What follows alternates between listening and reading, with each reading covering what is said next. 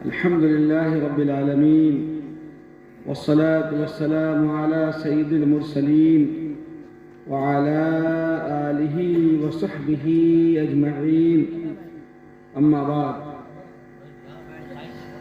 अऊज़ु बिल्लाहि मिनश शैतानिर रजीम बिस्मिल्लाहिर रहमानिर रहीम या अय्युहल्लज़ीना आमनुत्तक़ुल्लाह वकूनू मअस्सादिक़ीन सदक़ल्लाहुल अज़ीम। स्टेज पर तशरीफ़ फरमा इमारत शरिया बिहार, उड़ीसा और झारखंड के बावक़ार नाज़िम जनाब हज़रत मौलाना अलहाज मोहम्मद शिबली अल क़ासमी साहब दामत बरकातुहुल आलिया, इमारत शरिया बिहार उड़ीसा झारखंड के मुआविन नाज़िम जनाब हज़रत मौलाना अहमद हुसैन साहब मदनी क़ासमी दामत बरकातुहुम, ज़िला सीतामढ़ी के सदर तंजीम इमारत शरिया जनाब मौलाना मुश्ताक साहब हफ़िज़हुल्लाह, और आज इस बावक़ार और रूह परवर इजलास दस्तारबंदी के मेज़बान और हम सब के मुशफ़िक़ और इमारत शरिया से वालिहाना अक़ीदत रखने वाली शख्सियत जनाब हज़रत मौलाना मोतिउल्लाह साहब दामत बरकातुहुम, काबिल क़द्र हज़रात उलमाए किराम, बुज़ुर्गान मुहतरम, हम सब अपने लिए सआदत की बात समझते हैं कि आज इस इजलास में शिरकत हुई और जनाब मौलाना मोतिउल्लाह साहब ने इमारत शरिया के ज़िम्मेदारों को सिर्फ इसी निस्बत पर आने की दावत दी है कि वो भी इस ब्लॉक के तंजीम के सदर हैं। इमारत शरिया की जानिब से अल्लाह ताला उनकी उम्र में बरकत अता फरमाए और अल्लाह ताला इक़बाल बुलंद फरमाए। आज इस इदारे से 5 हुफ़्फ़ाज़ ने हिफ्ज़ कुरान करीम मुकम्मल किया है, जिनमें एक साहब किसी वजह से नहीं आ सके हैं, कोई उज़्र है उनके साथ, और 4 हुफ़्फ़ाज़ जो अजीज़ान हैं, अब अल्लाह ने उनको एहतराम के आला मदारिस से नवाज दिया है। ये हमारे रूबरू हैं, जिन सब आप सब इनका आप ज़ियारत फरमा रहे हैं। ये हुफ़्फ़ाज़ हैं जो इसी मदरसे से फ़ारिग़ हैं। अल्लाह ताला इस इदारे को कबूल फरमाए, असातिज़ा को कबूल फरमाए, मुंतज़मीन मुआविनीन को कबूल फरमाए। मैं ऐसे मौके पर सिर्फ एक बात कहना चाहता हूँ कि अपने उलमा और मदारिस, मकातिब और दीनी तालीम के निज़ाम को मजबूत कीजिए, इसलिए कि जिस सूरत हाल से हम सब दो चार हैं और दिन ब दिन जिस अंदाज के हालात हम सबको दरपेश हैं, ऐसे हालात में मदारिस को मजबूत किए बगैर और उलमा, मशाइख और बुजुर्गान दीन से रब्त और ताल्लुक़ कायम किए बगैर हम सब का इज्जत के साथ जिंदगी गुजारना बहुत दुश्वार हो गया है। दुनिया ये चाह रही है कि उलमा से और मदारिस से अवाम का रिश्ता कट जाए। हम सबको मिलकर इस फिक्र और इस पॉलिसी को फेल करना है और उलमा से, मदारिस से, मुदर्रिसीन से, अइम्मा से अपने रिश्ते को मुस्तहकम करना है, मजबूत करना है और मरकज से जुड़े रहना है। पैवस्त रह शजर से उम्मीदे बहार रख, सो अपने मरकज से जुड़िए। याद रखिए, हालात हमेशा आते रहे हैं और आते रहेंगे। बुज़दिली कुफ्र है, मोमिन बुज़दिल नहीं हो सकता। हालात तो हमने बहुत देखे, इन आंखों ने यह भी देखा क्या कहो मौला जनाब मोहम्मद रसूलुल्लाह सल्लल्लाहु अलैहि वसल्लम के पर्दा फरमा जाने के बाद बहुत सारे कबीले मुर्तद होने लगे और नौबत यहां तक पहुंची कि खलीफतुल मोमिनीन हजरत सिद्दीक अकबर रज़ियल्लाहु ताला अन्हु को यह कहना पड़ा, अयुल कसुद्दीन वाना हाई। एक ऐसी शख्सियत जिनकी नर्म गुफ्तारी, जिनकी बजला संजी, जिनका तवाज़ो, जिनकी आजिज़ी, जिनकी शफ़क़त, जिनकी मुलातफ़त, जिनकी नरमी, ज़बान ज़द खलाक़, ऐसी शख्सियत क्या कहो मौला जनाब मोहम्मद रसूलुल्लाह सल्लल्लाहु अलैहि वसल्लम के बाद कायनात में अगर किसी इंसान का मकाम व मर्तबा और मनसब है तो वो सैयदना सिद्दीक़ अकबर रज़ियल्लाहु ताला अन्हु का। ऐसी नर्म गुफ्तारी और नर्म मिजाजी के बावजूद हालात ऐसे आए कि उनको ये कहना पड़ा, अयुल कसुद्दीन व अना हई, कि मेरे जीते जी, मेरे जीते जी आका मौला जनाब मोहम्मद रसूलुल्लाह सल्लल्लाहु अलैहि वसल्लम की लाई हुई शरीयत में बाल के बराबर भी कोई कमी हो जाए, ये नहीं हो सकता। अगर कोई शख्स ज़कात में रस्सी भी दे रहा था किसी जानवर का और वो देने से इनकार करेगा तो अबू बकर उससे जिहाद करे। फिर अभी 100 साल गुजरे भी नहीं थे कि मदीने की गलियों में घोड़े दौड़ाए गए और उस मुकद्दस सरजमीन के तकद्दुस को पामाल किया गया। मुसलमानों का खून बहाया गया, नाहक खून बहाया गया, लेकिन वो हालात भी आए और गुजर गए। उसके बाद तारीख शाहिद है कि अल्लाह ने इनकलाबात ऐसे ऐसे पैदा किए कि एक नौजवान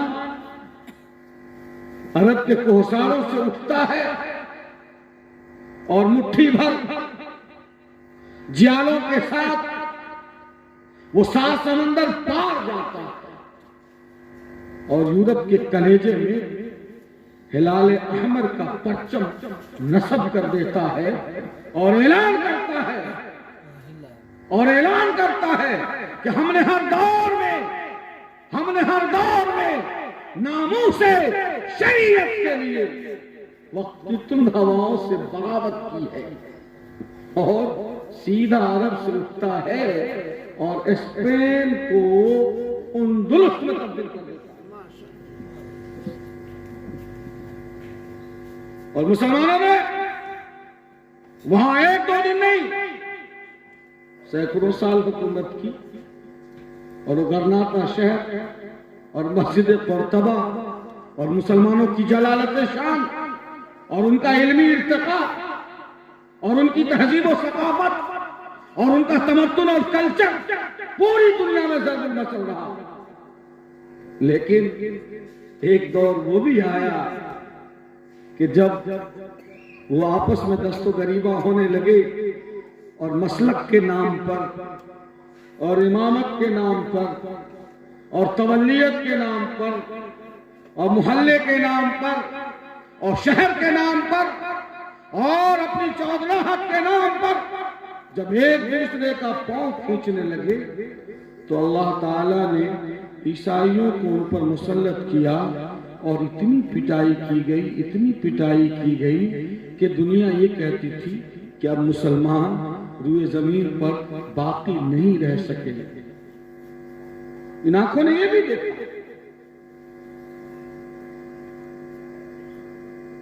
हमारी आंखों के सामने वो तारीख भी है कि जिस सरजमीन पर मुसलमानों ने आलीशान हुकूमत की, दमिश्क व बगदाद, जब मुसलमानों में शरारत पैदा हुई और मसलक की तशद्दुद पैदा हुआ और एक दूसरे की बेआबरूई करना शुरू कर दिया और मानने का जज्बा खत्म हो गया और अपने आप को हर चीज समझने लगे, तो अल्लाह ने तातारियों का फितना ऐसा बर्पा किया कि मुसलमानों का कत्लेआम, मौत बेदरेक कत्लेआम हुआ। और तारीख में ये बात लिखी हुई है कि मोहल्ले के नालों में पानी के बजाय मुसलमानों का खून बह रहा था, पानी से ज्यादा अर्जा और सस्ता मुसलमानों का खून हो गया था। लेकिन तारीख ने ये हकीकत भी देखी कि अल्लाह ने फिर उन्हीं तातारियों को मुसलमान बनाकर उन्हीं मस्जिदों को आबाद करवा लिया और अपनी किताब की तिलावत करवा ली और इस्लाम के परचम को पूरे आलम में बुलंद करवा दिया कि है आया यूरिशे तातार के अफसाने से पासवा मिल गए काबे को सनम। और दूर जाने की जरूरत नहीं है, मुल्क हिंदुस्तान में सन 1947 में जितनी शहादतें हुई हैं, आज 76-77 साल होने को आजादी को उतनी शहादतें नहीं हुई। तो डरना क्या है, घबराना क्या है? हौसले के साथ जियो, लेकिन इस्लाम के साथ जियो, कुरान के साथ जियो, अपनी तहजीब के साथ जियो, अपने वजह कतर के साथ जियो, अपने तशख्खुस के साथ जीने की कोशिश करो, अपनी आइडेंटिटी के साथ जीने की कोशिश करो। तब है ये गैरत ईमानी। इस वक्त हमारे शरिया के बुजुर्गों का यही पैगाम है इस इजलास से और इस स्टेज के जरिए आप सबको और पूरी मिल्लत को कि मुसलमानों, बुज़दिली और खौफ के पर्दे को चाक करो और जुर्रत के साथ, गैरत के साथ, इस्तिकामत के साथ, इस्तिक़लाल के साथ, अजीमत के साथ इस्लामी झंडे को बुलंद करो। और हम में का हर शख्स ये कहे कलिमतुल्लाह उलिया, अल्लाह का झंडा बुलंद है। कोई ये न कहे कलिमतुना है उलिया, मौलाना मुतनवाज़ साहब मेरा झंडा बुलंद है, फला आदमी मेरा झंडा बुलंद है, देवबंदियों का झंडा बुलंद है, तो सुन्नियों का, बरेलवियों का झंडा बुलंद है। नहीं, न मेरा न तेरा, न इसका न उसका, कलिमतुल्लाह उलिया, अल्लाह का झंडा बुलंद होगा तभी हम इज्जत के साथ, आबरू के साथ इस मुल्क में जिंदा रह सकेंगे और अपनी नस्ल को भी जिंदा रख सकेंगे। ये मेरा एक पैगाम हुआ जो मैंने आप सबकी खिदमत में पेश की। दूसरी बात यह है मेरे भाइयों कि अगर इस मुल्क हिंदुस्तान में अपनी नस्ल को ईमान के साथ, इस्लाम के साथ, कुरान के साथ मुसलमान बनाकर बाकी रखना चाहते हो तो ऐसे मदरसों को मजबूत कीजिए, मकतब कायम कीजिए, गांव-गांव में कायम कीजिए और अपने बच्चों को मुल्क की उन कुर्सियों पर बिठाइए जहां बैठकर कौमों की तकदीरों के फैसले लिखे जाते हैं। मैं सिर्फ ये नहीं कहूंगा कि आप कुरान पढ़, अरे कुरान पढ़ना तो मुसलमानों को, इसके लिए कहने की जरूरत क्या? कुरान के बगैर नमाज नहीं, नमाज में कुरान का पढ़ना,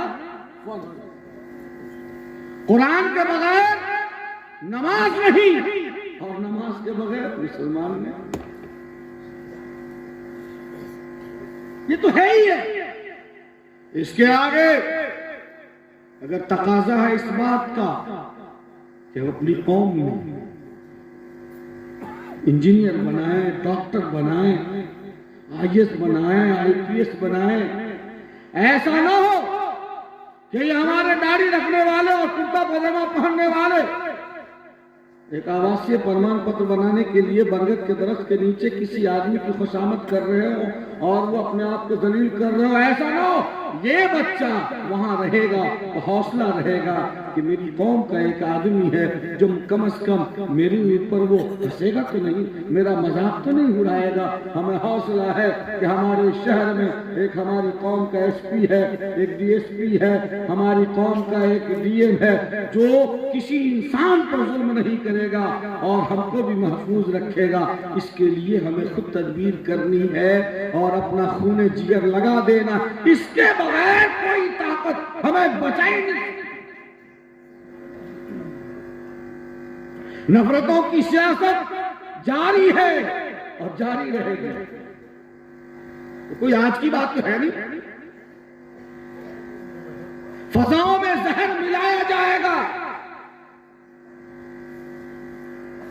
जुल्म बर्बरियत का तूफान चलता रहेगा। लेकिन मेरे भाइयों, अगर सियासत के जुल्म से, अगर तासुब के तूफान से, अगर नफरत से मुकाबला करना है और जुल्म तशद्दुद के तूफान का रुख मोड़ना है तो अपनी नस्ल के हाथों में असलहा पकड़ाना होगा और वो असलहा होगा एजुकेशन का असलहा, एजुकेशन की तलवार, तालीम की तलवार। तालीम के असलहा से हमारी कौम का बच्चा हवा का रुख मोड़ देगा और तूफान का खात्मा कर देगा। शर्त यह है कि हम टारगेट करें और 5 साल 10 साल तालीम पर मेहनत करें, अपना सब चीज कुर्बान कर दीजिए, बेच दीजिए, लेकिन तालीम की तरफ बढ़िए। ये इमारत शरिया की तहरीक है और इमारत शरिया की ये आवाज है और यही पैगाम मैंने मुख्तसर वक्त में आप सबको दिया। और हौसला ना तोड़ो। अरे कीड़ा मकोड़ा खाने वालों के बच्चे जब बड़ी कुर्सियों पर बैठ सकते हैं तो गुलामाने मुस्तफा क्या माने जा सकते? मंजिल से आगे बढ़कर मंजिल तलाश कर, मंजिल से आगे बढ़कर मंजिल तलाश कर, मिल जाए तुझको दरिया तो समंदर। हर शीशा टूट जाता है पत्थर की चोट से, पत्थर ही टूट जाए वो शीशा तलाश कर। सजदों को तेरे क्या हुआ, सदियां गुजर गई, दुनिया तेरी बदल दे वो सजदा तलाश कर। इसलिए मेरे भाइयों, टारगेट करो। गन का लाइसेंस लेना है, तोप के लिए अप्लाई करना है ताकि गन का लाइसेंस हमें मिल। सितारों से आगे जहां और भी है, अभी इश्क के इम्तिहान और भी है। यही दुनिया नहीं है जो आसमान, यही इम्तिहान नहीं है। अपनी जगह बनाइए। हम वो कौम है जिन्होंने ठाठे मारते हुए समंदर में अपने घोड़ों को डाल दिया है और अफ्रीका के जंगल में हमने अपना खेमा नस्ब कर दिया है। और हमारे आबादात को देखकर जंगली जानवरों ने अपना घर छोड़ दिया था और हमारा इस्तकबाल किया था कि ये आ गए गुलामाने मुस्तफा के दस्तो दस्त है, दरिया भी न छोड़े हमने, दस्तो दस्त है, दरिया भी न छोड़े हमने, बहरे ज़ुल्मात में दौड़ा दिए घोड़े हमने। इसलिए आज़म को बुलंद करो, इरादा करो और ये तय करो कि हमें इस बच्चे को उस कुर्सी पर बिठाना है और ये बैठेगा और इसको बैठना पड़ेगा अपनी कौम के लिए, अपने वतन के लिए और हम सब की आबरू के लिए। अल्लाह कबूल फरमा कि खुदा तुझे किसी तूफान से आशना कर दे, खुदा तुझे किसी तूफान से आशना कर दे कि तेरे बहर के मौजों में इज़्तिराब नहीं, तुझे किताब से मुमकिन नहीं फराग के तू किताब खां है मगर साहिब किताब नहीं। वाखिर दावाना अनिल हम्दुलिल्लाहि रब्बिल आलमीन। शुक्रन जज़ाकुमुल्लाह।